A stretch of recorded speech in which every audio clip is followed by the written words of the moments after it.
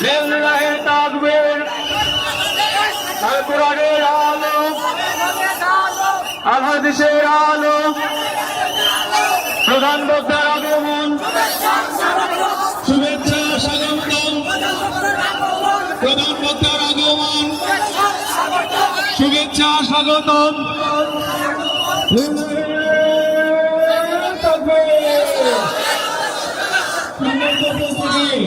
আমাদের মধ্যে উপস্থিত হয়েছে।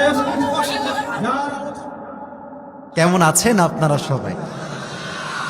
দেখেন, যুবকরা কিন্তু আজকে চাইলে বাহিরে থাকতে পারতো, ঘুরতে পারতো, আড্ডা দিতে পারতো, পার্কে গিয়ে ডেটিং করতে পারতো না? কিন্তু ওরা আজকের এই মাহফিলে রাত 10:30 বেজে পার হয়ে গেছে, এখনো বসে আছে কোরআন থেকে ওয়াজ শুনবে বলে।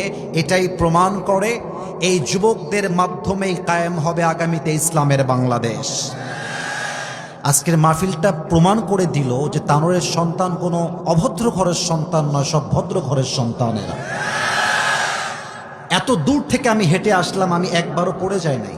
অনেক মাহফিলে স্টেজে উঠতে গিয়ে ছেলে পেলে যে পরিমাণ ধাক্কা দেয়, ধাক্কা খেয়ে উল্টায় মাটিতে শুয়ে পড়ি, ওরা শুয়ে থেকেও সেলফি তুলে। আজকে কত সুন্দর আমাকে যুবকরা প্রোটোকল দিয়ে নিয়ে চলে এসেছে, কোনো ক্রাউড নাই, মারামারি নাই। এটা প্রমাণ করছে তানোরের মাটি, এটা ইসলামের ঘাঁটি তানোরের ভাইয়েরা আমার।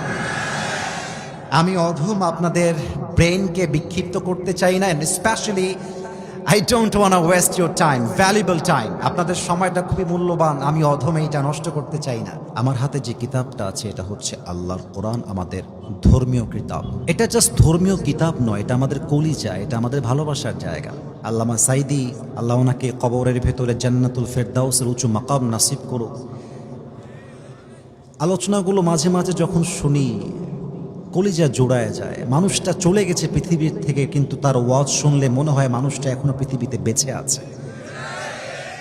তাকে আপনারা কেউ টক্কর দিতে পারবেন না। বাংলাদেশে আমাদেরকে লেখা হয় পোস্টারে, আসিফ হুজুর যুবকদের আইডল, আন্তর্জাতিক খ্যাতি সম্পন্ন বক্তা। সব ভুয়া কথা, মিথ্যা কথা, এর কোনো ভিত্তি নাই।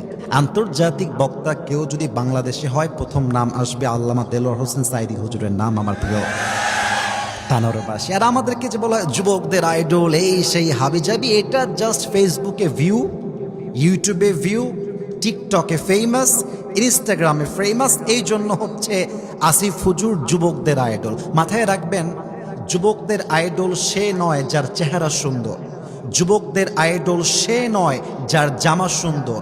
আরে মানুষের আইডল তো সে হবে যাকে দেখলে আল্লাহর কথা স্মরণ হয়ে যায়, যাকে দেখলে কবরের কথা স্মরণ হয়ে যায়, যাকে দেখলে নবীর আদর্শের কথা স্মরণ হয়ে যায়।